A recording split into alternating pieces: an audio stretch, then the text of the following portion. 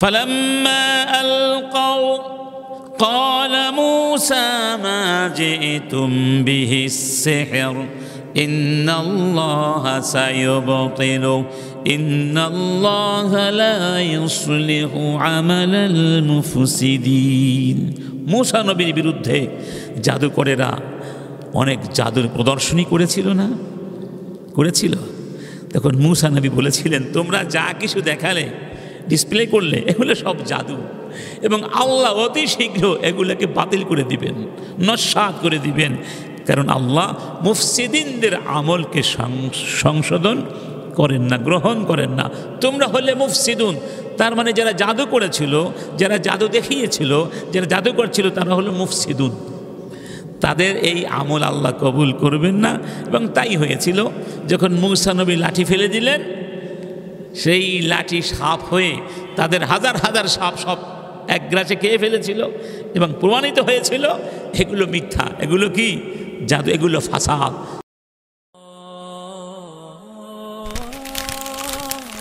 আইসিল media, সত্য ও দিন প্রচারের লক্ষ্যে।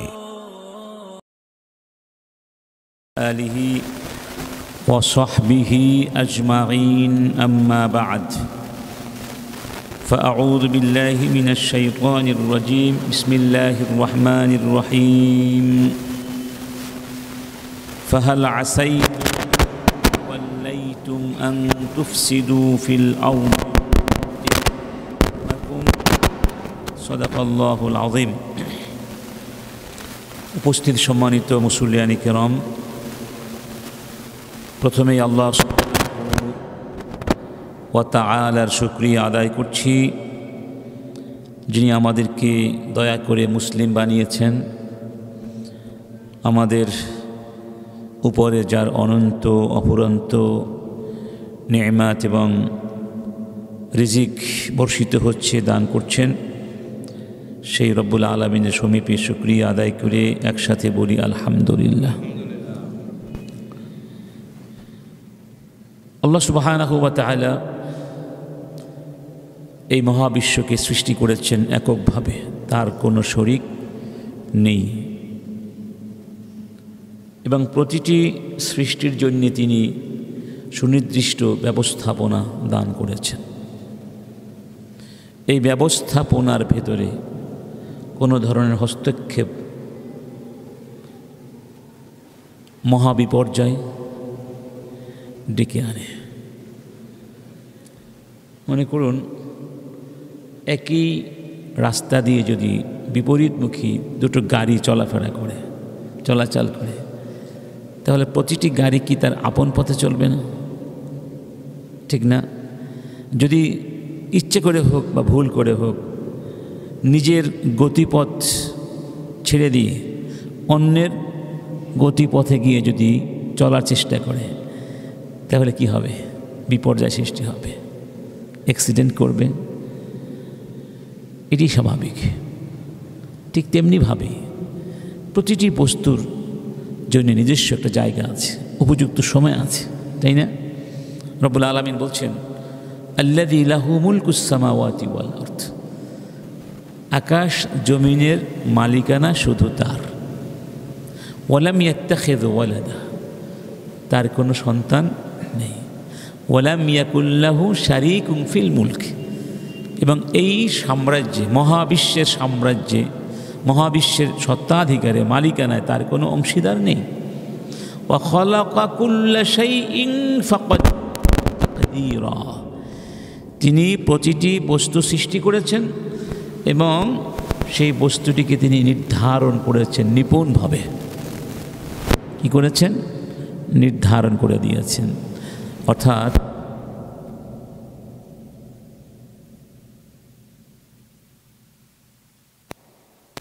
করে দিয়েছে, করলেই সমস্যা হবে। মূসা আলাইহিস সালাম যখন ঈমানের দাওয়াত নিয়ে গিয়েছিলেন ফিরআউনের কাছে, তো কি বলেছিল? ফিরআউন বলেছিল, ক্বালা ফামার রাব্বুকুমা ইয়া মূসা, মূসা এবং হারুন, তোমাদের রব আবার কে? তোমাদের রবটা আবার কে?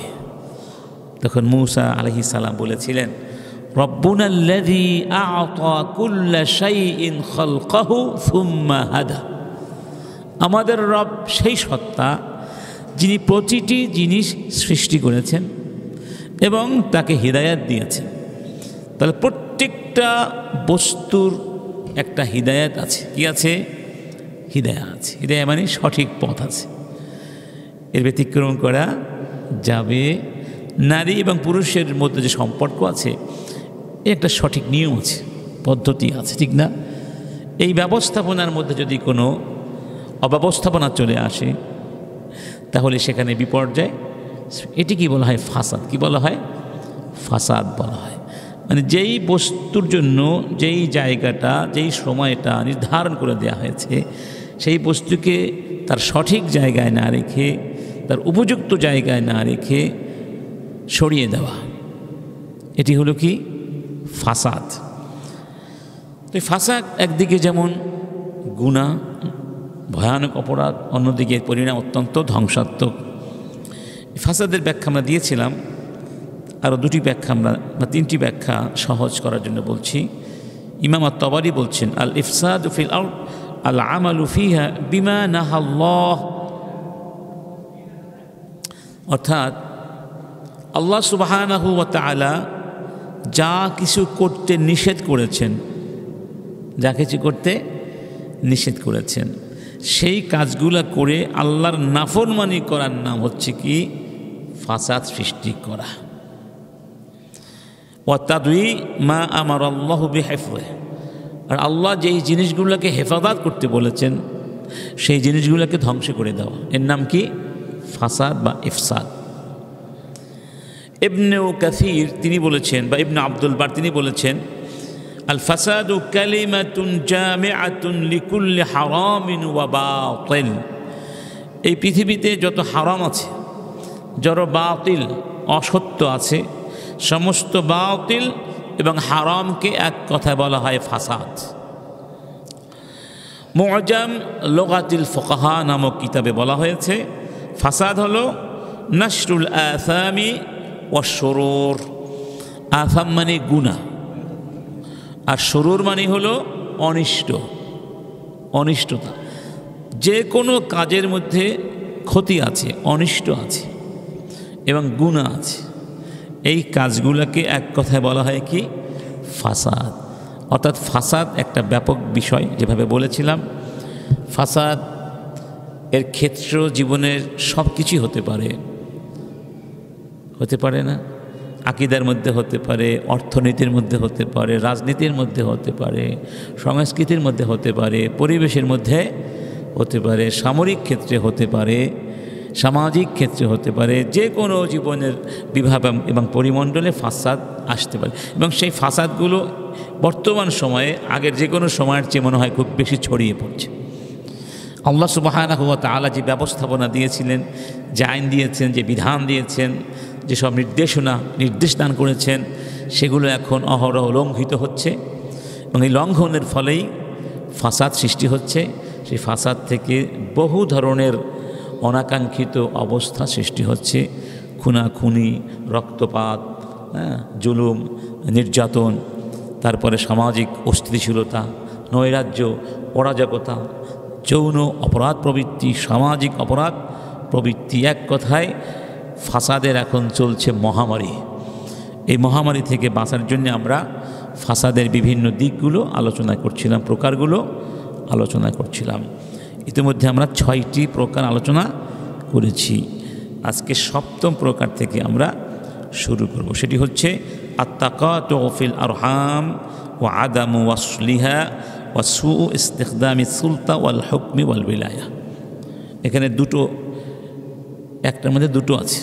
এটা হলো রেহেমের সম্পর্ক, আত্মীয়তার বন্ধন ছিন্ন করে দেওয়া, এটা একটা বড় ফাসাদ। একই সাথে ক্ষমতার অপব্যবহার করা, এটাও একটা বড় ফাসাদ। অর্থাৎ যাকে যে দায়িত্ব পালন করার জন্য ক্ষমতা দেয়া হয়েছে, সেই ক্ষমতাটিকে সঠিকভাবে ব্যবহার না করে সেটিকে যখন মানুষ নিজের স্বার্থ উদ্ধার করার জন্য অপব্যবহার করে, তখন সেটা ফাসাদের রূপ নেয়। একই সাথে এই যে মানুষের সাথে মানুষের সম্পর্ক, সামাজিক সম্পর্ক, এই সম্পর্কের ভিত নড়বড়ে হয়ে যায় যখন আত্মীয়তার বাঁধন ছিন্ন হয়ে যায়। মূলত আত্মীয়তার বন্ধন থেকেই সামাজিক বন্ধনের সূত্রপাত ঘটে, ঠিক না? সেই বন্ধনকে যদি শিথিল করে দেওয়া হয়, সেই বন্ধনকে বিচ্ছিন্ন করে দেওয়া হয়, কেটে দেওয়া হয়, তাহলে সমাজ এক মহা বিপর্যয়ের মধ্যে পড়ে যাবে, সর্বনাশা ফাসাদের মধ্যে পড়ে যাবে। এজন্য আল্লাহ সুবহানাহু ওয়া তাআলা এই ব্যাপারে অত্যন্ত সতর্ক বার্তা আমাদেরকে জানিয়েছেন। কোরআনের মধ্যে বলা হয়েছে, ওয়া আবুদুল্লাহ ওয়া লা তুশরিকু বিহি শাইয়্যা, আল্লাহর সাথে কাউকে শরীক করো না এবং শুধুমাত্র তার ইবাদত করো। ওয়াবিল ওয়ালিদাইনি ইহসানা, বাবা মায়ের সাথে ভালো আচরণ করো। ওয়াবিযিল কুরবা, এবং যারা আত্মীয় স্বজন রয়েছে, নিকটাত্মীয়, সেই নিকটাত্মীয়দের সাথে ভালো আচরণ করবে। ওয়াল ইয়াতামা ওয়াল মাসাকিন, ইয়াতিমদের সাথে, মিসকিনদের সাথে ভালো আচরণ করবে। অন্য আয়াতে বলা হয়েছে, ওয়াত্তাকুল্লাহাল্লাযী তাসাআলুনা বিহি ওয়াল আরহাম, এবং আল্লাহকে ভয় করো, যে আল্লাহর নামে, যে আল্লাহর ওসিলায় তোমরা একজন আর একজনের কাছে বিভিন্ন জিনিস চাও, ঠিক না? এবং রেহেমের সম্পর্কটাকে ভয় করো, অর্থাৎ এই সম্পর্ক ছিন্ন করো না। হাদিসে কুদসিতে বলা হয়েছে, আল্লাহ পাক বলছেন, আনার রহমান, আমি হলাম রহমান, ও আনা খালাকতুর রাহিম, আর আমি রহেমকে সৃষ্টি করেছি। রহেম থেকে হলো রেহেমের সম্পর্ক, আত্মীয়তার সম্পর্ক। ওয়াশতাকাকতু লাহা মিন ইসমি, আর আমি রেহেম সৃষ্টি করেছি, সেই রেহেমের নামটা আমি আমার নাম থেকে কি করে দিয়েছি, সংকলন করেছি, ডিরাইভড করেছি। আমার নাম রহমান, আর আত্মীয়তার সম্পর্কের নাম হচ্ছে কি, রেহেম, ঠিক না? তাহলে মূল শব্দ কি, র হা মিম, মূল বর্ণ তিনটি, অর্থাৎ আল্লাহ তার নিজের নাম থেকে এই নামটিকে কি গ্রহণ করেছেন। ফামান ওয়াসালাহা ওয়াসালতু, অতএব যেই ব্যক্তি আত্মীয়তার সম্পর্ক সংরক্ষণ করবে, বজায় চলবে, আমিও তার সাথে সম্পর্ক রক্ষা করে চলব। ওয়ামান কতাআহা বাতাত্তু, আর যেই ব্যক্তি আত্মীয়তার সম্পর্ক ছিন্ন করে দেবে, আমিও তার সাথে আমার সম্পর্ক ছিন্ন করে দেব। অতএব যে সব কাজ করলে আত্মীয়দের সাথে সম্পর্ক নষ্ট হয়ে যায়, আত্মীয়রা দূরে চলে যান, এই কাজগুলো হচ্ছে একটা বড় ধরনের ফাসাদ। আর এই কাজগুলো যারা করবে তারা হলো মুফসিদুন। আল্লাহ পাক কোরআনে বলছেন, ফাহাল আসাইতুম, তোমরা কি এরকম ভাবছো, ইন তাওয়াল্লাইতুম, যদি তোমাদেরকে দায়িত্ব দেয়া হয়, যদি তোমাদের উপরে দায়িত্ব দেয়া হয়, আনতুফসিদু ফিল আরদি, সেই দায়িত্বের অপব্যবহার করে তোমরা ফাসাদ সৃষ্টি করবে, ওয়া তুকাত্তিউ আরহামাকুম, আর আত্মীয়তার বন্ধন ছিন্ন করে দেবে। অনেক সময় দেখা যায় যে আত্মীয়তার মাঝেই বিভিন্ন জিনিস নিয়ে কি হয়, একটা প্রতিযোগিতা হয়, ঠিক না? সেখানেও ক্ষমতার একটা বিষয় থাকে, নেতৃত্বের একটা বিষয় থাকে, কে কার চেয়ে কম নেবে, বেশি নেবে, কে নেতৃত্ব করবে, এই সব বিষয় নিয়ে অনেক সময় আত্মীয়তার বন্ধন ছিন্ন হয়ে যায়। দেখো তো আল্লাহ পাক এখানে দুটো কথা বলেছেন, একটা হচ্ছে যে তোমরা ক্ষমতা পেয়ে যে অপব্যবহার করবে এবং আত্মীয়তার সম্পর্ক ছিন্ন করবে, এরকম চিন্তা করছো নাকি? অর্থাৎ এই চিন্তা করাটা তোমাদের উচিত হচ্ছে না। অতএব ক্ষমতা পেয়ে অপব্যবহার করবে না। তোমাদেরকে যদি দায়িত্ব দেওয়া হয়, সেই দায়িত্বের সঠিক প্রয়োগ করবে এবং আত্মীয়তার সম্পর্ক ছিন্ন করতে পারবে না। অতএব আমাদের বিষয়টি ভেবে দেখা দরকার যে আমাদের সাথে আত্মীয়দের ভালো সম্পর্ক আছে কি না। বিশেষ করে যাদের সাথে আমাদের একেবারে আর্থিক সংশ্লিষ্টতা আছে, ভাই বোন যারা বা চাচা ফুফি যারা আছে, এদের সাথে আর্থিক কী আছে, অনেকগুলো সংশ্লিষ্ট বিষয় আছে যে আমরা তাদের হকগুলো সঠিকভাবে দিয়েছি কিনা। অনেক সময় এমনও হতে পারে যেন অনেক ভাই মিলে একসাথে আছেন, এখনও জমি জমা ভাগ বাটোয়ারা হয় না, বাবা মারা গেছে, বা মারা গেছেন, তো ভাইদের মধ্যে সবাই তো আর সমান না। কেউ হয়তো ভাবছে যে আমার জমিটা পেয়ে গেলে আমার ভালো, কিন্তু বিভিন্ন কারণে সেটা কি হচ্ছে না, বন্টিত হচ্ছে না, সে নিগৃহীত হতে পারে না। এই জন্য যদি এরকম থাকে যে না এজমানি সম্পত্তি, এর মধ্যে অনেকেই তাদের সম্পদগুলো পাচ্ছে না, বিশেষ করে যারা ধরেন গ্রামে থাকে তারা একটু বেশি ভোগ করতে পারে, যারা শহরে থাকে তারা তো ভোগ করতে পারে না, তাদেরও তো এখন অধিকার আছে না। তো সেই বিষয়গুলো ক্লিয়ার করা দরকার যে ভাই তোমার তো জমি আছে, তুমি কি এটা নিয়ে নিতে চাও নাকি আমাকে দিবে, তোমার ব্যক্তিগত বিষয়। তো সে তো তার অধিকার পাওয়ার অধিকারী রাখে, তাকে বল ভাই তোমার বাকরা তুমি নিয়ে যাও, হ্যাঁ। এরপরে যদি বলেন ভাই আমার ভাগ লাগবে না, আমি তোমাকে দিয়ে দিলাম, তুমি ভোগ করো, তাতে অসুবিধা নেই, ঠিক না? কিন্তু আপনি কিছু বললেন, আপনি ভোগ করে চলছেন, হ্যাঁ, ভাইকে কিছু দিচ্ছেন না, এরকম আছে কি নাই? এই বিষয়গুলো খুব সেন্সিটিভ বিষয়। অনেক সময় ভাইকে ভাই বলতেও পারে না, আত্মীয় বলতেও পারে না, ভেতরে ভেতরে তুষের আগুনের মতো জলে কিন্তু মুখ খুলে কিছু বলা যায় না। এই জন্য চিন্তা করতে হবে যে আমার কাছে আমার আত্মীয়র কোনো হক আছে, এটা ছাড়াও তো অনেক ধরনের হক আছে নাকি নাই। আমরা মনে করি যে যাদেরকে আমরা লালন পালন করি বা যাদের ভরণ পোষণ করি শুধু তাদের দায়িত্ব পালন করা আমাদের দায়িত্ব না। আপনার অনেক আত্মীয় আছে, হয়তো আপনি তাদের ভরণ পোষণ করেন না, কিন্তু তারাও তো মাঝে মধ্যে অসুস্থ হয়ে গেলে চিকিৎসা করতে পারে না, এরকম আছে না? তখন আপনার পক্ষে যদি সক্ষমতা থাকে তাহলে তাদেরকে চিকিৎসার জন্য সাহায্য করা উচিত বা তাদের কাছে গিয়ে খোঁজখবর নেওয়া উচিত। এটা কিন্তু একটা দায়িত্ব। এই দায়িত্ব পালন না করা মানে হলো আত্মীয়তার সম্পর্ক অবমূল্যায়ন করা, অগ্রাহ্য করা, ছিন্ন করে দেবার রূপান্তর। এই জন্য আল্লাহ পাক স্পষ্ট ভাষায় বলেছেন, তোমরা কি ভেবেছো আত্মীয়তার বন্ধন ছিন্ন করে দিবে? তার মানে এর মধ্যে ধমক আছে, ভয়ানক কি শাস্তির ধমক আছে। আরেকটি হচ্ছে ৮ নম্বর, নাকদুল আহাদ ওয়া আদামুল ওয়াফা বিহি ওয়া কাতউ মা আমারাল্লাহু বিহি আন ইউসাল। অঙ্গীকার রক্ষা না করা, এটা একটা বড় ফাসাদ। কোরআনের ভাষায় রব্বুল আলামিন বলছেন, আল্লাযীনা ইয়ানকুযুনা আহাদাল্লাহি মিন বা'দি মিসাকিহি ويقطعون ما أمر الله به أن يوصل ويفسدون في الأرض أولئك هم الخاسرون। আর যারা আল্লাহর সাথে ওয়াদা করে সেই ওয়াদা লঙ্ঘন করে। আল্লাহর সাথে আমাদের কিন্তু অনেক ওয়াদা আছে, যেমন আমরা ওয়াদা করেছি তুমি আমাদের রব, তোমার বিধান আমরা মেনে চলব। এগুলো ছাড়াও তো আমরা অনেক সময় ওয়াদা করি না যে 5 ওয়াক্ত নামাজ পড়বো, হাত উঁচু করে ওয়াদা করি না। এগুলো মূলত কার সাথে ওয়াদা করা? আল্লাহর সাথে ওয়াদা করা। যখন আপনি দায়িত্বভার গ্রহণ করেন, অনেকে কসম করে না, এই দায়িত্বটা নেওয়া মানে হচ্ছে দায়িত্বটা পালন করব, আমি একটা ওয়াদার মতো করলাম। এগুলো সব ওয়াদার মধ্যেই পড়ে যায়। তো আল্লাহ বলছেন, তোমরা যারা আমার সাথে ওয়াদা করে, ওয়াদা লঙ্ঘন করে, এবং আমি যেই জিনিসগুলোকে সংরক্ষণ করতে বলেছি এগুলো সংরক্ষণ করা, এবং আত্মীয়তার বন্ধন সংরক্ষণ করে না, এবং তারা জমিনে ফাসাদ সৃষ্টি করে, তারা হলো ক্ষতিগ্রস্ত। অন্য আয়াতে বলা হয়েছে, ওয়াল্লাযীনা ইয়ানকুযুনা আহাদাল্লাহি মিন বা'দি মিসাকিহি। আল্লাহর সাথে ওয়াদা করার পরে পাকাপাকি ওয়াদা, পাকাপোক্ত ওয়াদা করার পরে যারা ওয়াদা ভঙ্গ করলো, ওয়ায়াকতুউনা মা আমারাল্লাহু বিহি আন ইউসাল। আল্লাহ যেগুলোকে সংরক্ষণ করতে বলেন সেগুলো কেটে দেয়। আল্লাহ বলেছেন কাটতে পারবে না, তারা কেটে দেয়, মানে আত্মীয়তার বাঁধন। ওয়ায়ুফসিদুনা ফিল আরদ, আর এভাবে জমিনে ফাসাদ সৃষ্টি করে।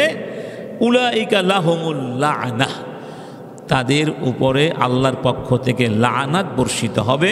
ওয়ালাহুম সুউদ্দার, এবং তাদের জন্য অত্যন্ত নিকৃষ্ট আবাসন অপেক্ষা করছে, মানে জাহান্নাম প্রস্তুত করে রাখা হয়েছে। তাদের পরিণাম হবে খুবই নিকৃষ্ট। তাহলে এখান থেকে বোঝা গেল যে এখানে দুইটা কথা বলা হয়েছে, একটা হলো আত্মীয়তার সম্পর্ক নষ্ট করা, আরেকটা হচ্ছে ওয়াদা করে ওয়াদা ভঙ্গ করা। এটা দুনিয়া এবং পরকালে ক্ষতিগ্রস্ত হওয়ার মূল কারণ। একই সাথে এই দুটো কাজ করলে আল্লাহর লাআনত আসবে এবং জাহান্নামে ঢুকতে হবে। তো জাহান্নাম আর লাআনত এবং ক্ষতিগ্রস্ত হওয়ার অন্যতম কারণ হলো ওয়াদা করে ওয়াদা লঙ্ঘন করা, ঠিক না বেঠিক? এই ধরুন বিবাহ, এটা কিন্তু একটা ওয়াদা, এটা একটা কঠিন চুক্তি।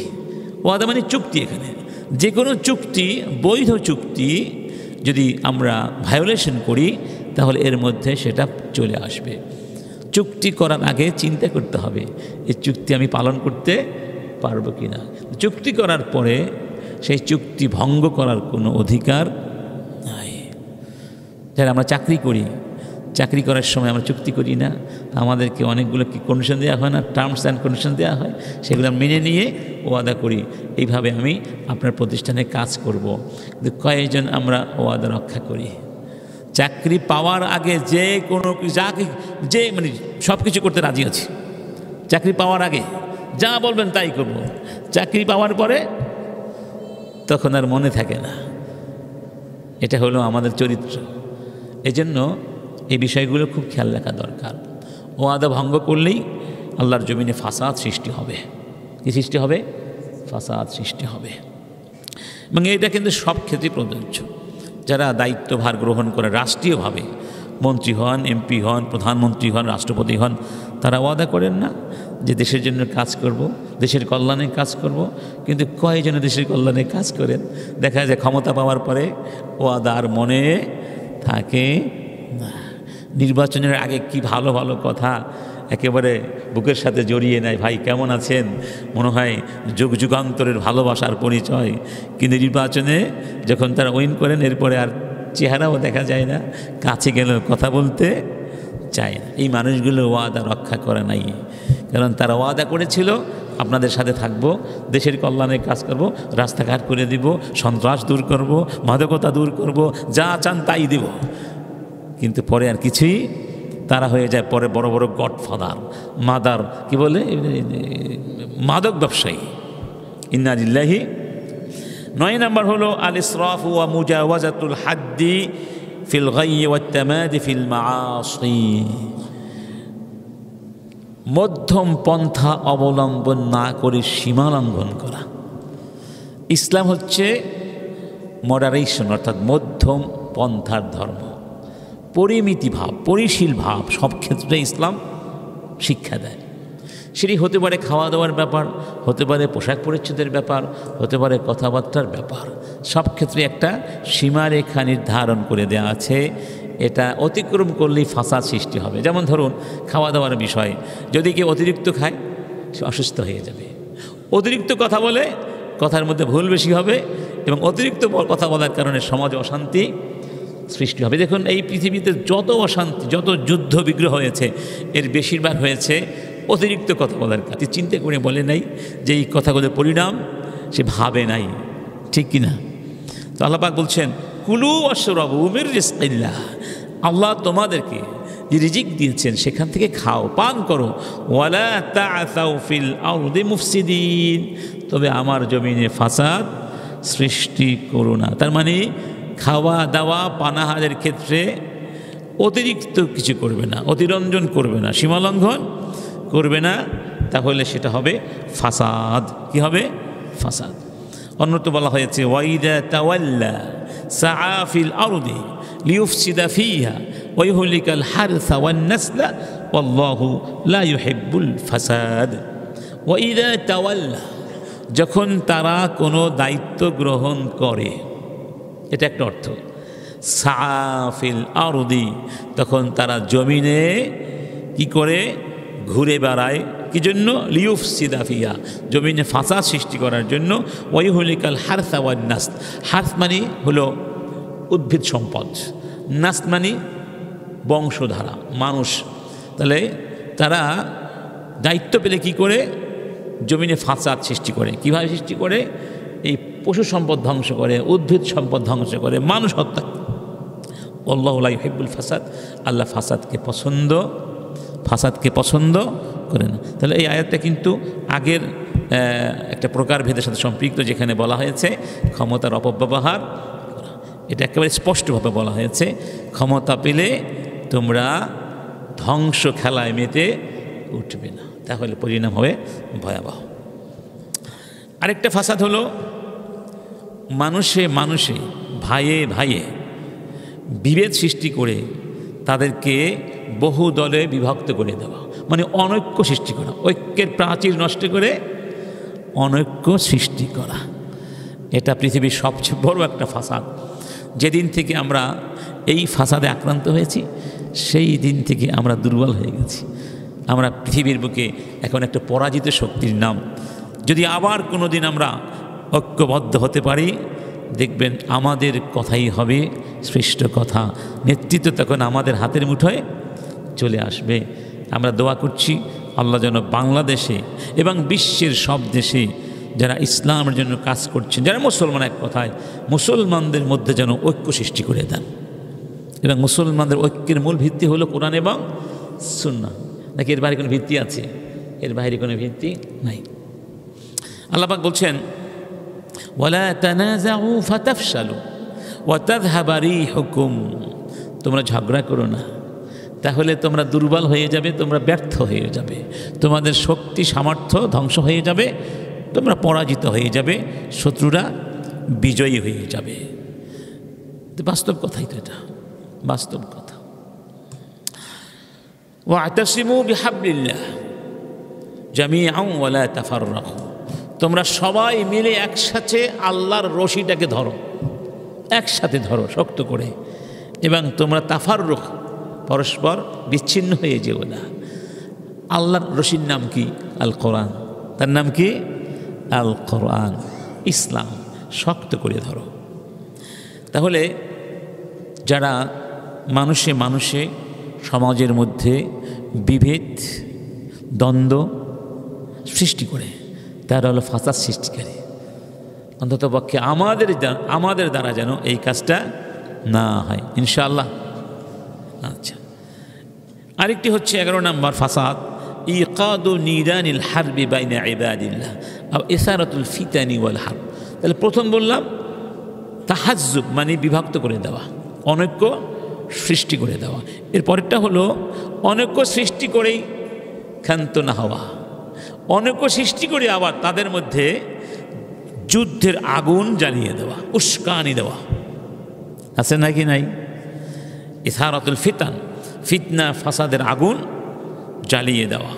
রব্বুল আলামিন বলছেন কুল্লামা আওকাদু নারাল লিল হারবি আতফাহা আল্লাহ। মদিনায় কিছু মুনাফিক ছিল, মুনাফিকদের কিছু দোসর ছিল। এরা বারবার মুসলমানদের মধ্যে যুদ্ধের দাবানল জ্বালাবার চেষ্টা করত। ওই জাহেলি যুগে যেমন আউস খাজরাজ শত্রু ছিল, পরস্পর শত্রু ছিল, ইসলাম এসে ভাই ভাই হয়ে বানিয়ে দিল। কিন্তু ইহুদিরা ওই পুরাতন শত্রুতার বীজ আবার বপন করার চেষ্টা করত। আল্লাহ বলছেন ওরা যতবার যুদ্ধের আগুন জ্বালাবার চেষ্টা করেছে, আমি আল্লাহ আগুনকে নিভিয়ে দিয়েছি, সুবহানাল্লাহ। যে কারণে মদিনার মুসলমানদের মধ্যে যুদ্ধ হয় নাই, যুদ্ধ বিগ্রহ হয় নাই, কিন্তু ওরা চেষ্টা করেছে। ওয়াসাউনা ফিল আরদি ফাসাদা, এবং ওরা আমার জমিনে ফাসাদ সৃষ্টি করার অপচেষ্টা করে। আল্লাহু লা ইউহিব্বুল মুফসিদিন, আল্লাহ মুফসিদিনদেরকে ভালোবাসেন না। এই কথাটা সবাই মাথায় গেঁথে নেবেন। বলুন আল্লাহু লা ইউহিব্বুল মুফসিদিন। আল্লাহ লা ইউহিব্বু পছন্দ করেন না, কাদেরকে?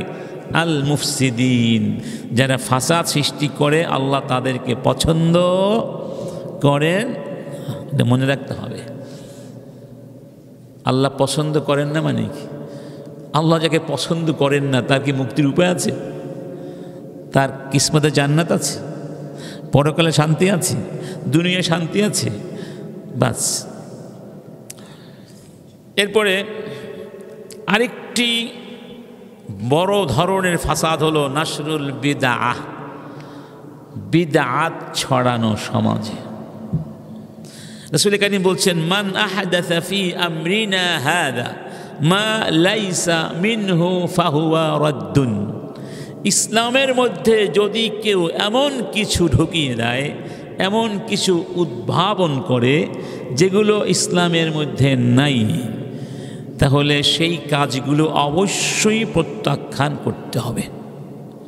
এর ব্যাখ্যা ইমাম মালিক বলছেন রাহিমাহুল্লাহ, মানি বিতাদা ফিল ইসলামি বিদআতান ইয়ারাহা হাসানা।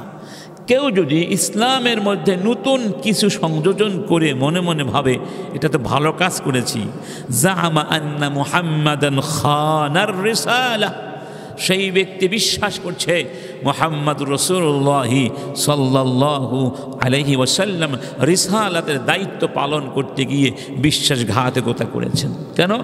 লিআন্নাল্লাহ ইয়াকুল, কারণ আল্লাহ পাক বলছেন আল ইয়াউমা আকমালতু লাকুম দীনাকুম ওয়া আতমামতু আলাইকুম নি'মাতি ওয়া রাদিতু লাকুমুল ইসলাম দীনা। আমি আজকে ইসলামকে তোমাদের জন্য, তোমাদের ধর্মকে পরিপূর্ণ করে দিলাম, তোমাদের উপরে আমার নেয়ামতকে সম্পূর্ণ করে দিলাম, ইসলামকেই তোমাদের জন্য জীবন ব্যবস্থা হিসাবে আমি পছন্দ করে দিলাম। তাহলে এই আয়াতের মধ্যে কি বলা হয়েছে? ইসলাম পরিপূর্ণ করে দেয়া হয়েছে। অতএব ফামা লাম ইয়াকুন ইয়াউমাইযিন দীনান ফালা ইয়াকুনু আল ইয়াউমা দীনান, এই আয়াতটি যেই দিন নাজিল হয়েছিল ওই দিন ইসলামের মধ্যে যা ছিল না, যা ধর্ম হিসাবে গ্রহণযোগ্য ছিল না, আজকের দিনেও তার দিন হতে পারে না। কথা ক্লিয়ার হয়েছে? এই আয়াত যেদিন নাজিল হয়েছে সেই দিন ইসলামকে পরিপূর্ণ করার ঘোষণা দেওয়া হয়েছে। অতএব সেই দিন যা কিছু ইসলামের মধ্যে ছিল না, ধর্মের মধ্যে স্বীকৃত ছিল না, সেগুলো আজকেও ধর্ম হিসাবে স্বীকৃত নয়। এখন আপনাদের প্রশ্ন করি, এই যে মিলাদুন নবীর দিন আমরা যে মিছিলটা করি, কিছু মনে করবেন না, এই মিছিলটা কি সাহাবীরা করেছেন? সত্যি করে বলুন, এই মিছিল, আনন্দ মিছিল সাহাবীরা কোনোদিন করেছিলেন? তাবেঈরা করেছিলেন এবং তারা গরু জবাই করে খেয়েছিলেন। তাহলে এই জিনিসটা রাসূলের যুগে ছিল না, ইসলাম যেই দিন পূর্ণ হলো সেই দিন ছিল না। তাহলে আমরা এখন এটাকে কত ভালো কাজ মনে করে করছি। দিন কি আপনার মন মতো চলবে নাকি আমার মন মতো চলবে? দিন তো আল্লাহ পাক দিবেন, রাসূল ব্যাখ্যা করে দিবেন, রাসূল শিখিয়ে দিবেন। আপনি আমি ভালো মনে করলে ভালো নাও হতে পারে। ভালো কি? আল্লাহ এবং রাসূল যা ভালো বলেন সেটা ভালো, আপনার আমার কাছে ভালো না লাগলেও সেটা ভালো। আবার আমাদের কাছে ভালো লাগছে কিন্তু আল্লাহর কাছে ভালো লাগেনি, সেটা ভালো নয়। ঠিক না বেঠিক? এই শীতের রাতে ফজরের নামাজ পড়তে কার ভালো লাগে? তার মানে কি এটা খারাপ কাজ? আপনার কাছে খারাপ লাগলে কি হবে? আল্লাহর কাছে এটা অনেক প্রিয় কাজ। ঠিক না বেঠিক? অতএব সত্য মিথ্যার মানদণ্ড, হালাল হারামের মানদণ্ড, ভালো মন্দের মানদণ্ড মানুষ নয়, এই মানদণ্ডকে আল্লাহ তিনি নিজে দেবেন। সুবহানাল্লাহ বলবেন না? আচ্ছা, একটা উদাহরণ দিলাম আর কি। রাসূলের যুগে সাহাবীরা কি কবরের কাছে গিয়ে বলতো, বাবা কিছু দাও? কবরের নামে মানত করতো যে আমার ছেলে মেয়ে হয় না, আমি রাসূলের কবরের নামে 1 লক্ষ টাকা মানত করলাম। দেখান থেকে পারবেন কি না? কবরের নামে মানত করা এটা এখন আছে না? বিপদে পড়লে কবরের কাছে গিয়ে বাবা বাঁচাও, আছে না? এগুলো কোথা থেকে আসলো? কারা এগুলো কারা প্রবর্তন করলো? এই বিদআতগুলো জমিনের বড় ফাসাদ। এরকম আমাদের জীবনের পরতে পরতে ইসলামের নামে, ধর্মের নামে, ধর্মীয় আবেগকে ব্যবহার করে বহু ফাসাদকে ঢুকিয়ে দেওয়া হয়েছে, বহু বিদআতকে ঢুকিয়ে দেওয়া হয়েছে। এগুলো এমন একটা অবস্থানে চলে গেছে, আপনার আমার সমাজের রন্ধ্রমূলে এমন কঠিন শিকড়ে গেঁথে বসেছে, এগুলোর বিরুদ্ধে বলতে গেলে আমি হয়ে যাব পরম শত্রু, আপনি হয়ে যাবেন মোরতাদ, অমুক হয়ে যাবে কি ইসলামের দুশ্মন। ঠিক না বেঠিক? কিন্তু আমরা একটু ভাবি না যে আমার কাছে তো কোরআনও আছে, হাদিসও আছে, আমি একটু খুঁজে দেখি না, আমি একটু নিজে গবেষণা করি। ভাই, এমন তো নয় যে কোরআন হাদিস আপনি পড়তে পারবেন না, আপনার জন্য হারাম করে দেওয়া হয়েছে। অনেক ধর্মের ধর্মীয় গ্রন্থ আছে যেগুলো সবাই পড়তে পারবে না, নিষিদ্ধ। শুধুমাত্র ধর্ম পুরুষরা পড়তে পারবে, অন্যরা পড়তে, এরকম কি ইসলাম বলেছে? না, কোরআন সবার জন্য অবারিত, শুধু মুসলমানদের জন্য নয়, অমুসলিমদের জন্যও কি অবারিত। পড়ুন, নিজে শিখুন। আমার কথা ভালো না লাগলে নাও লাগতে পারে, যাই হোক। এরপরে আরেকটি ফাসাদ হলো আস-সিহর, জাদু। ফালাম্মা আলকাউ قال موسى ما جئتم به السحر إن الله سيبطله إن الله لا يصلح عمل المفسدين। মূসা নবীর বিরুদ্ধে জাদুকরেরা অনেক জাদুর প্রদর্শনী করেছিল না? করেছিল। তখন মূসা নবী বলেছিলেন, তোমরা যা কিছু দেখালে, ডিসপ্লে করলে, এগুলো সব জাদু, এবং আল্লাহ অতি শীঘ্র এগুলোকে বাতিল করে দিবেন, নস্যাৎ করে দিবেন। কারণ আল্লাহ মুফসিদিনদের আমলকে সংশোধন করেন না, গ্রহণ করেন না। তোমরা হলে মুফসিদুন, তার মানে যারা জাদু করেছিল, যারা জাদু দেখিয়েছিল, যারা জাদু করছিল, তারা হলো মুফসিদুন। তাদের এই আমল আল্লাহ কবুল করবেন না। এবং তাই হয়েছিল, যখন মূসা নবী লাঠি ফেলে দিলেন, সেই লাঠি সাপ হয়ে তাদের হাজার হাজার সাপ সব এক গ্রাসে খেয়ে ফেলেছিল এবং প্রমাণিত হয়েছিল এগুলো মিথ্যা, এগুলো কি জাদু, এগুলো ফাসাদ। তারা এই ফাসাদ দিয়ে ঈমান নষ্ট করতে চেয়েছিল, রিসালাতের বিরুদ্ধে, আল্লাহর বিরুদ্ধে অবস্থান নিয়েছিল। আর এই জমিনের এর চেয়ে বড় ফাসাদ কি হতে পারে যে মানুষ আল্লাহর রিসালাতের বিরুদ্ধে, আল্লাহর দ্বীনের বিরুদ্ধে অবস্থান নেবে। যদি আল্লাহর দ্বীনের বিরুদ্ধে অবস্থান নেয় মানুষ, আল্লাহর দ্বীনই না থাকে, তাহলে জমিন থাকবে কি জন্য? জমিন থাকার কোনো প্রশ্ন আছে? এই জমিনও জ্বলে পুড়ে ছাই হয়ে যাবে, জমিন সরখার হয়ে যাবে, ধ্বংস হয়ে যাবে।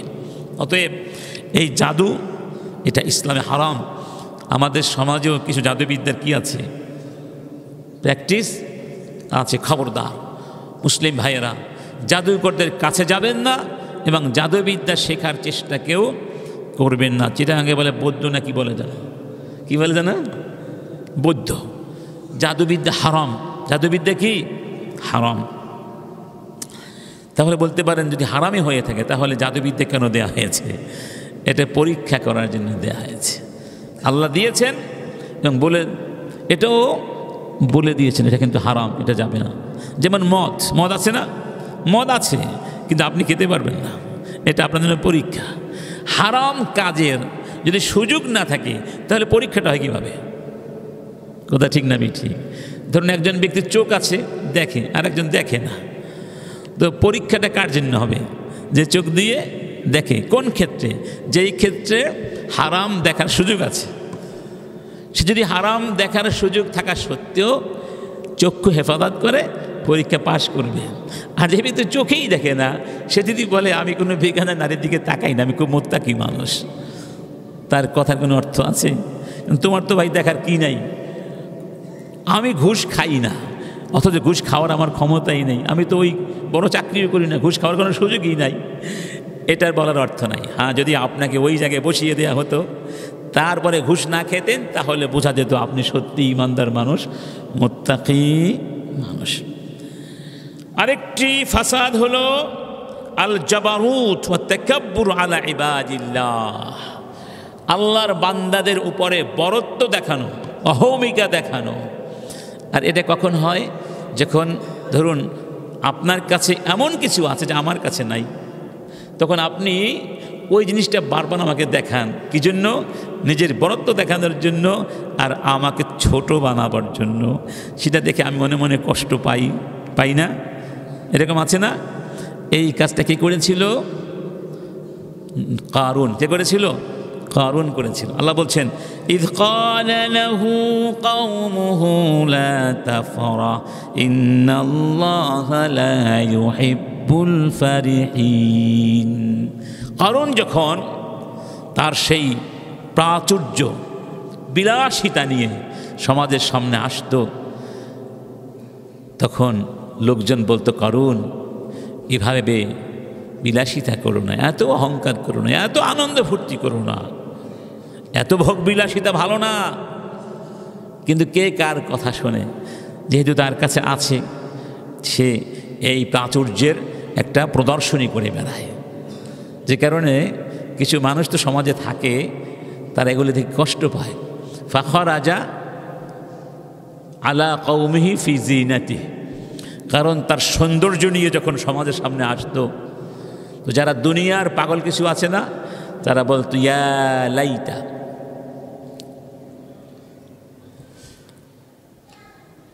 মানে আফসোস করত, আল্লাহ যদি আমাকেও তার মতো দিত, আফসোস করত। খেয়াল করুন, কারণকে দিকে আফসোস করত যে আল্লাহ তুমি আমাকে যদি এরকম দিতে। যেই কারণ মাটির তলদেশে তার সমস্ত সম্পদ সহ দেবে গেল, আল্লাহ দাবিয়ে দিলেন, নিষ্পেষিত করে দিলেন, তখন তারা বলল যে আল্লাহ তোমার শুকরিয়া, তুমি আমাদেরকে রহম করেছ। যদি রহম না করে কারণের মতো সম্পদ দিতে, তাহলে আজকে আমরাও ধ্বংস হয়ে যেতাম, আমরাও ধ্বংস হয়ে। ইয়া লাইতা লানা মিসলা মা উতিয়া কারুন ইন্নাহু যু হাযযিন আযীম।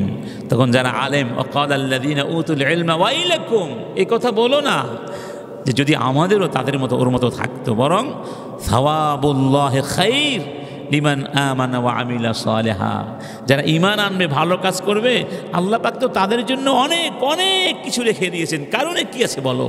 তোমাদের জন্য আল্লাহ এমন জিনিস রেখেছেন চিন্তাও করতে পারবে না। ওয়ালা ইউলাক্কাহা ইল্লা সাবিরুন। বুঝতে পেরেছি আমরা? অতএব এটা এক ধরনের ফাসাদ। কেন ফাসাদ? আমি একবার গাড়িতে ঢাকা যাচ্ছিলাম বা আসছিলাম, এক হিন্দু ভদ্রলোক আমার পাশে বসেছে। তো গল্প করতে করতে সেই ভদ্রলোক বললেন যে আমার মন চায় এই টেলিভিশনগুলো আগুন দিয়ে জ্বালিয়ে দিই এবং সিনেমার শিল্প আগুন দিয়ে জ্বালিয়ে দিই। কেন ভাই, কী হয়েছে? ভাই বলেন না, অশান্তিতে বাঁচি না। কেন? টেলিভিশনের নাটকগুলোতে এত সুন্দর সুন্দর বাড়িঘর দেখায়, ফ্ল্যাট দেখায়, এগুলো থেকে আমাদের স্ত্রীটা পাগল হয়ে যায় আর খালি চাপ দেয়, এটা লাগবে সেটা লাগবে এরকম লাগবে। তা আমি কোত্থেকে আনবো? ওরা যদি এই কাজটা না করতো তাহলে তো আমার এই অশান্তি থাকতো না। তো মাঝে মধ্যে আমার মেজাজ গরম হয়ে যায়, এগুলোকে সব জ্বালিয়ে পুরো ছাই করতে মনে চায়। সেটা বাস্তব কথা কিন্তু আসলে। তো এই জন্য এগুলো ফাসাদ। এগুলো কি ফাসাদ?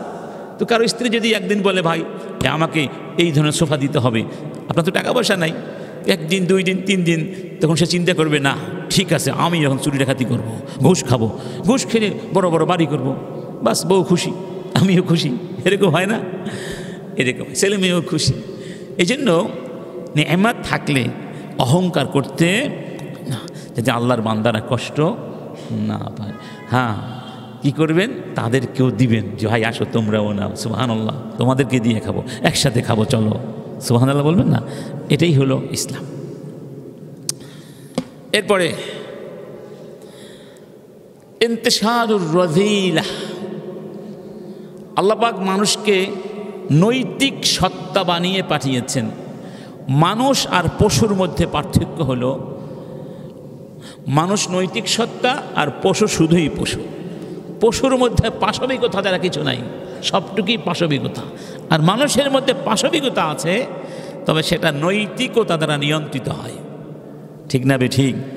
আর এই নৈতিকতা পরিপন্থী যত কাজ আছে সেগুলোকে বলা হয় রযীলা, নিকৃষ্ট কাজ, তুচ্ছ কাজ, নোংরা কাজ। এর মধ্যে কি আছে? এর মধ্যে আছে অশ্লীলতা, জিনা, ব্যভিচার, সমকামিতা, এগুলো সব নোংরা কাজ। এরপরে আছে চুরি করা, ডাকাতি করা। তো আল্লাহ রাব্বুল আলামিন এই কাজগুলোকে ফাসাদ হিসেবে আখ্যায়িত করেছেন। এই কাজ যারা করবে তারা জমিনে ফাসাদ সৃষ্টি করছে এবং তারা আল্লাহর কাছে মুফসিদুন বলে গণ্য হবে। যেমন লূত আলাইহিস সালাম তার কওমকে বলেছিলেন, ইন্নাকুম লাতাতুনাল ফাহিশাতা মা সাবাকাকুম বিহা মিন আহাদিম মিনাল আলামিন। হে আমার কওম, তোমরা এমন একটি অশ্লীল কাজ করছো যেই কাজ পৃথিবীতে আগে কেউ কোনোদিন করেনি। ইন্নাকুম লাতাতুনার রিজাল, তোমরা নারীদেরকে বাদ দিয়ে পুরুষের কাছে আসো। ওয়াতাকতাউনাস সাবিল, এবং রাস্তাঘাটে ডাকাতি করো, মানুষের চলাচলে বিঘ্ন সৃষ্টি করে, নিরাপত্তা ধ্বংস করে দাও। ওয়াতাতুনা ফি নাদিকুমুল মুনকার, এবং তোমরা প্রকাশ্যে তোমাদের সমাবেশগুলোতে, তোমাদের অনুষ্ঠানগুলোতে, তোমাদের ক্লাবগুলোতে মুনকার, নিকৃষ্ট, আপত্তিকর, অশ্লীল কাজগুলো করো। মানে তাদের সমাজটা এত নিকৃষ্ট সমাজ ছিল, অশ্লীল কাজ তারা প্রকাশ্যে করত। গুনাহ, অপরাধ বিচ্ছিন্নভাবে হতে পারে না, কিন্তু এটা যদি গোপনে হয় এবং ব্যক্তি বিশেষ হয় তাহলে সামগ্রিক গজব আসে না। কিন্তু যখন এই নোংরা কাজগুলো সমাজে প্রকাশ্যে মানুষ করে, তখন বোঝা যায় এই সমাজটা একেবারে ধ্বংসের নিতলে চলে গেছে। এই সমাজের মূল্যবোধ সব শেষ হয়ে গেছে, নৈতিকতা সব ধ্বংস হয়ে গেছে।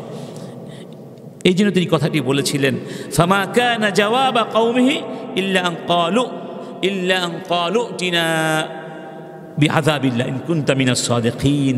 তখন তারা বলেছিল, লূত বেশি কথা বলবে না, তুমি যে আযাবের কথা বলছো ঠিক আছে, সে আযাব নিয়ে এসো, যদি সত্যবাদী হও তুমি সে আযাব দেখাও। আল্লাহ পাক আযাব দেখান নেই, একেবারে গোটা জনপদ উল্টে দিয়েছেন, উল্টে দিয়ে পাহাড়ের চাপা দিয়েছেন, তার উপর পাথর বৃষ্টি নিক্ষেপ করেছেন, অভিশপ্ত করে শেষ করে দিয়েছেন এই অপরাধের কারণে। এই জন্য এটি হচ্ছে সবচেয়ে বড় ফাসাদ। বাংলাদেশে এই গত বছরগুলোতে ট্রান্সজেন্ডারের একটা কথা শুনেছিলেন না? এই ট্রান্সজেন্ডার ছিল আধুনিক পৃথিবীর সবচেয়ে বড় অসভ্যতা। পাগলা ট্রাম্প, অনেকে পাগলা বলে, আমেরিকার সম্মানিত প্রেসিডেন্ট ট্রাম্প যে ভাষণটা দিয়েছেন শুনেছেন তো না? তিনি বলেছেন জেন্ডার দুটো, তৃতীয় কোনো জেন্ডার চলবে না। মানে ট্রান্সজেন্ডারের মৃত্যু ঘোষণা করা হয়েছে। এবার বাংলাদেশের নাস্তিকরা কি করবেন? যে আমেরিকাকে খুশি করার জন্য ট্রান্সজেন্ডার ঢুকিয়েছিলেন, ট্রান্সজেন্ডার, সে আমেরিকার প্রেসিডেন্ট বলছে ট্রান্সজেন্ডার বলে কিছু নাই। এতদিন আমরা বলেছিলাম, আপনাদের ভালো লাগে নাই, এখন আপনাদের বাবা বলছে ট্রান্সজেন্ডার বলে কিছু নাই। এটা হচ্ছে পৃথিবীর সবচেয়ে বড় অসভ্যতা এবং সমকামিতার দুয়ার খুলে দিয়েছে এই অসভ্যপনা। ইন্না লিল্লাহি ওয়া ইন্না ইলাইহি রাজিউন। চুরি ডাকাতি এটা আরেকটা ফাসাদ। আল্লাহ পাক বলছেন ক্বালু তাল্লাহি লাকাদ আলিমতুম মা জিনা লিনুফসিদা ফিল আরদি ওয়া মা কুন্না সারিকিন। ইউসুফ নবীর ভাইয়েরা বলেছিলেন যে তোমরা তো জানো আমরা এখানে ফাসাদ সৃষ্টি করতে আসিনি, আমরা চোর না, আমরা কি না, আমরা নবীর ছেলে, চুরির মতো এত নিকৃষ্ট কাজ আমরা করি না, এটা বিশ্বাস করো। তাহলে চুরি করাকে ফাসাদ বলা হয়েছে কোরআনুল কারীমের ভেতরে।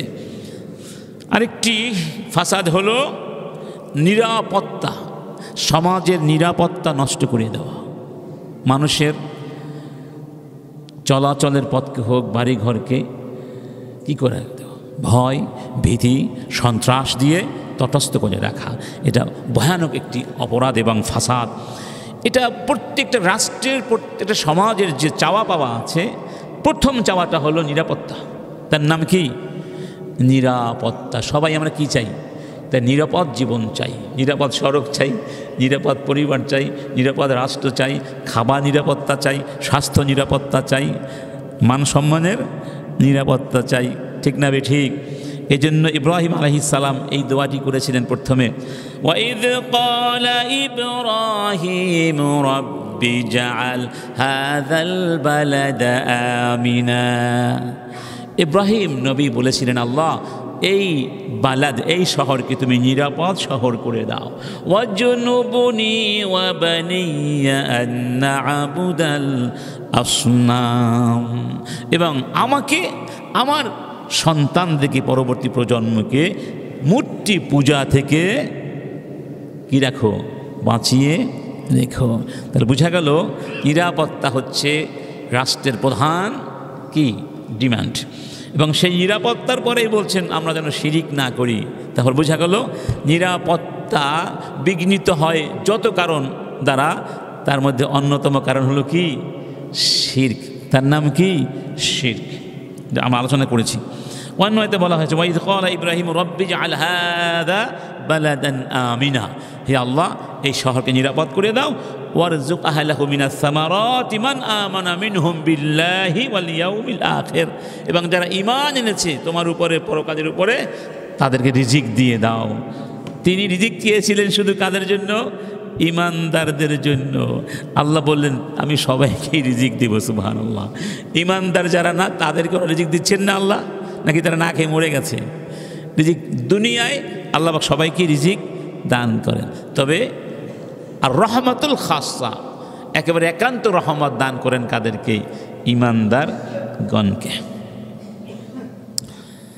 আরেকটি হলো খারাবু আল আলাম ও ফাসাদু নিজামিহ।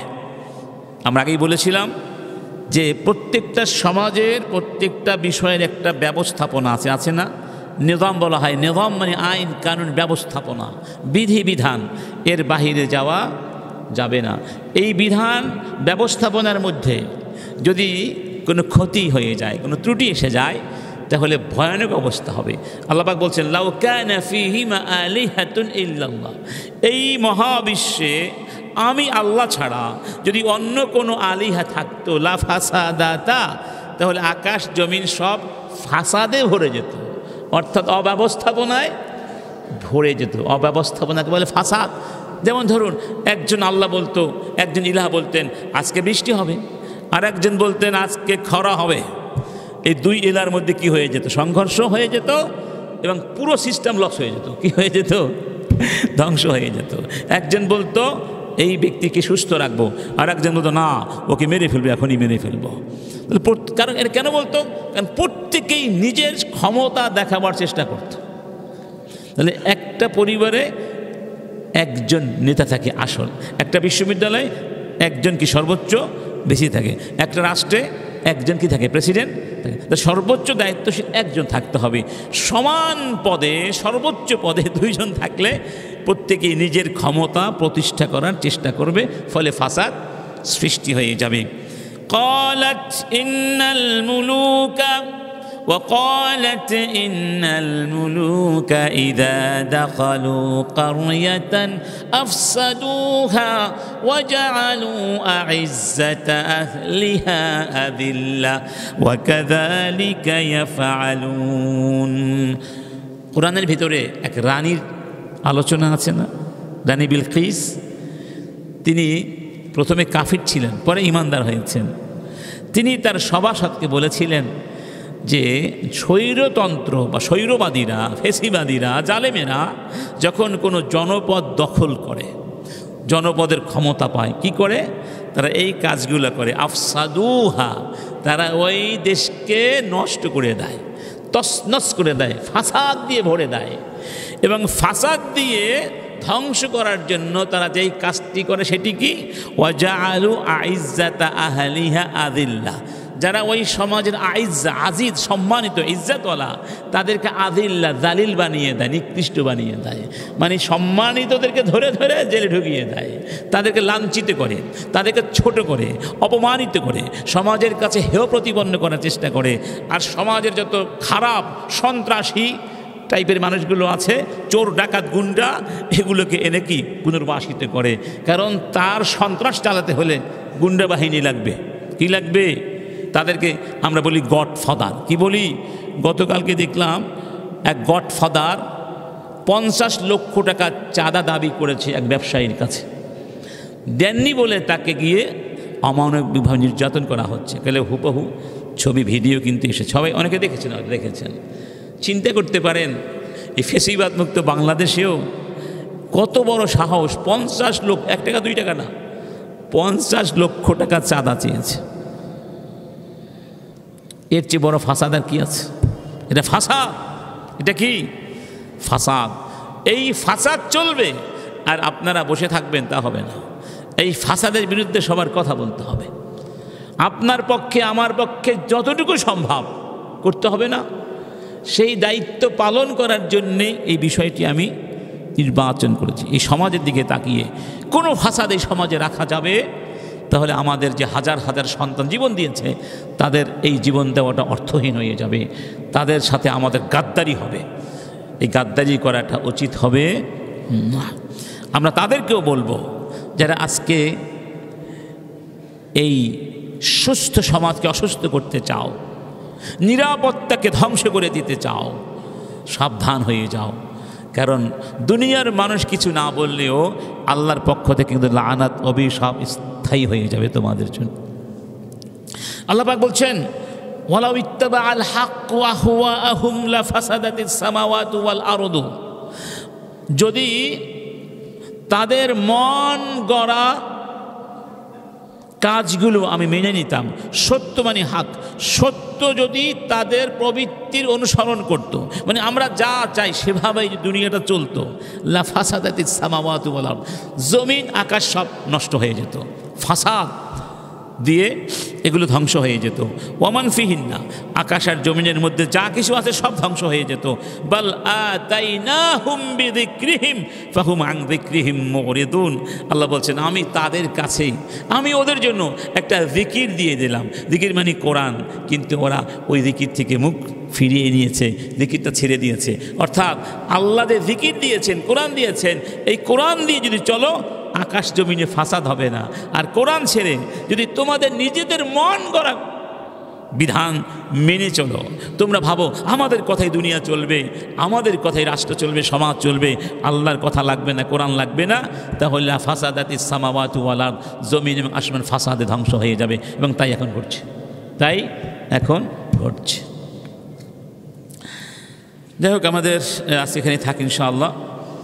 আমাদের সামনে আরও আলোচনা বাকি আছে ইনশাআল্লাহ। আল্লাহ, ফাসাদ প্রতিরোধের উপায়গুলো কি এবং কি কি কারণে ফাসাদ জমিনে হচ্ছে এই বিষয়গুলো আলোচনা হবে ফাসাদের আরও কিছু দিক আছে, সেগুলো আলোচনা শেষ করে ইনশাআল্লাহ আমরা বাকি আলোচনা করব। তো আলোচনাগুলো তখনই সফল হবে, সার্থক হবে, যখন আমরা নিজেরা শুনব এবং সেগুলো মানুষের কাছে পৌঁছিয়ে দেব। এগুলো এজন্য আলোচনা করা হচ্ছে না যেখানেই আমরা রেখে যাব।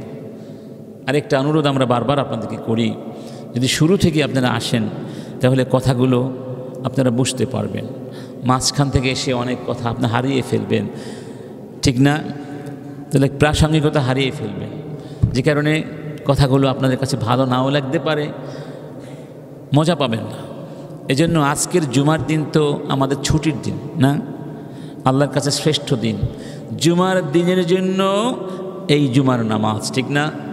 জুমার নামাজের জন্য আমরা ছুটি পেলাম, জুমার নামাজের জন্য আমরা সব কিছু থেকে আজকে কি হব, আলাদা হয়ে যাব।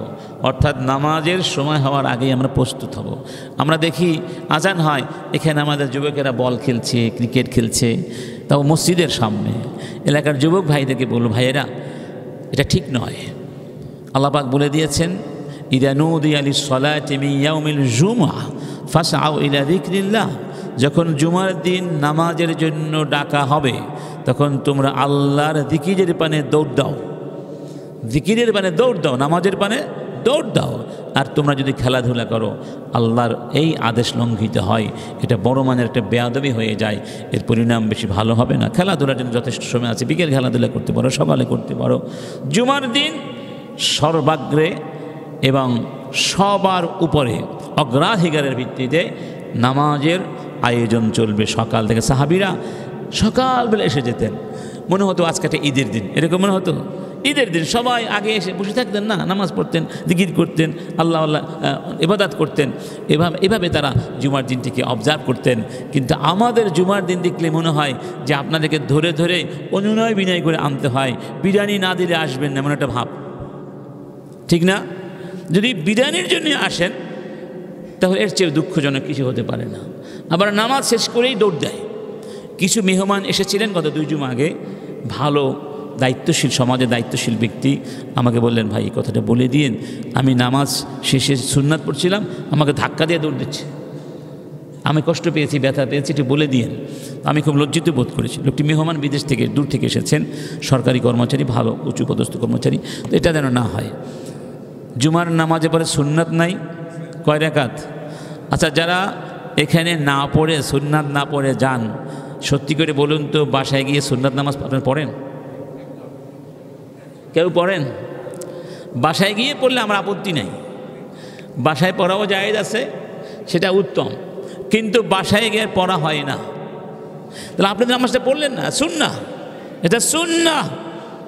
আপনার বিরিয়ানির চেয়ে দাম বেশি, বিরিয়ানি খেলেন বাথরুমে চলে যাবে সাময়িক সময়, কিন্তু এই সুন্নাহ কাজটা করলে পরকালে রাসূলের সান্নিধ্য পাবেন। মনে রাখবেন, সুন্নাহকে যারা অবহেলা করবে রাসূলের শাফাআত তারা পাবে না। এর চেয়ে বড় শাস্তি আর দরকার নেই।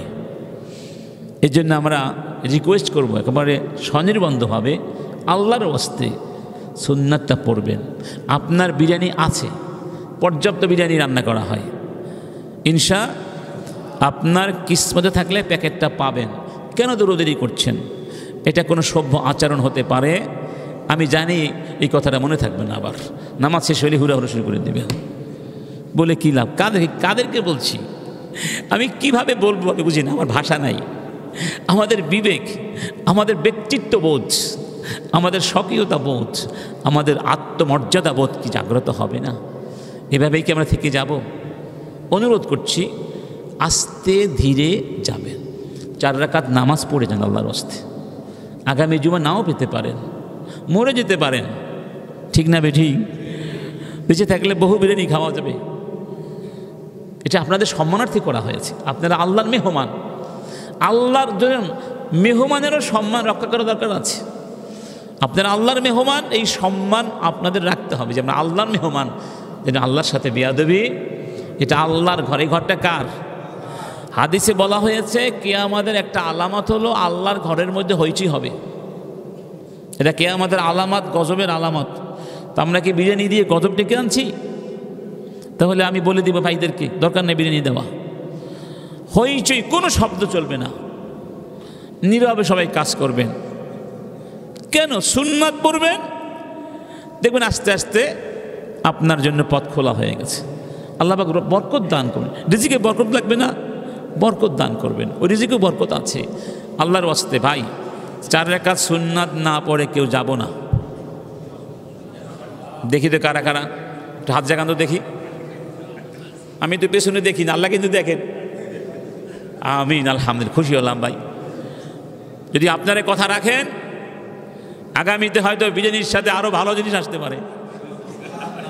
কি পারে না ভাই? প্রথম ডিম দেয়নি আমরা, এখন ডিম আছে। এটা আপনাদের কারণে ডিম নিয়ে মারামারি করেছে। নিয়ামতের শুকরিয়া করলে আল্লাহ বাড়িয়ে দিবেন ইনশা। কথায় কষ্ট করেন আপনারা।